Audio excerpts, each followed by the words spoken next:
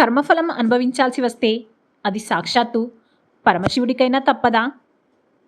రేపు నిన్ను పట్టుకుంటాను అని శనిదేవుడు స్వయంగా శివుడికే హెచ్చరిక ఇచ్చాడంటే నమ్మగలరా? ఆ రోజు కైలాసంలో ఏం జరిగిందో తెలిస్తే మీరే ఆశ్చర్యపోతారు. ఒకరోజు శనిదేవుడు కైలాసానికి వెళ్ళి తన గురువు అయిన పరమశివుడికి నమస్కారం చేసి ఇలా అన్నాడు: స్వామి, రేపు ఉదయం నుండి మధ్యాహ్నం వరకు మీకు ఏలినాటి శని ప్రారంభమవుతుంది. ఆ సమయంలో నేను మిమ్మల్ని ఆవహించాలి.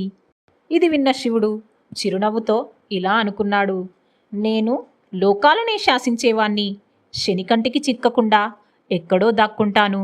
మరుసటి రోజు ఉదయం శనిదేవుడి దృష్టి పడకుండా ఉండాలని శివుడు భూలోకానికి వచ్చి ఒక ఏనుగు రూపం ధరించి బురదలో నిశ్శబ్దంగా దాక్కున్నాడు. సమయం గడిచిపోయింది. మధ్యాహ్నం కూడా అయిపోయింది.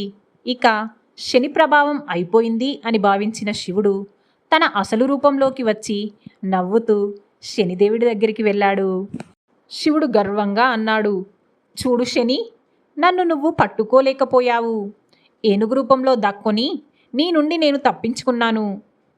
అప్పుడు శనిదేవుడు చాలా వినయంగా నవ్వి ఇలా అన్నాడు: స్వామి, మీరు లోకేశ్వరుడై ఉండి కూడా నా భయంతో కైలాసం వదిలి ఒక సాధారణ ఏనుగు రూపంలో గంటల తరబడి బురదలో దాక్కున్నారంటే అదే నా ప్రభావం కదా.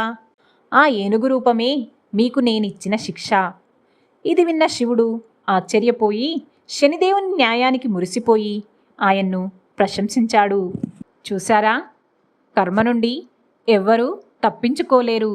సాక్షాత్తు దేవుడైనా ప్రకృతి నియమాలకు లోబడాల్సిందే అని శనిదేవుడు నిరూపించాడు. ఈ శనిదేవుని న్యాయం మీకు నచ్చిందా? మీ జీవితంలో ఏలినాటి శని ప్రభావం ఎప్పుడైనా అనుభవించారా? కమెంట్స్లో చెప్పండి. మర్చిపోకండి,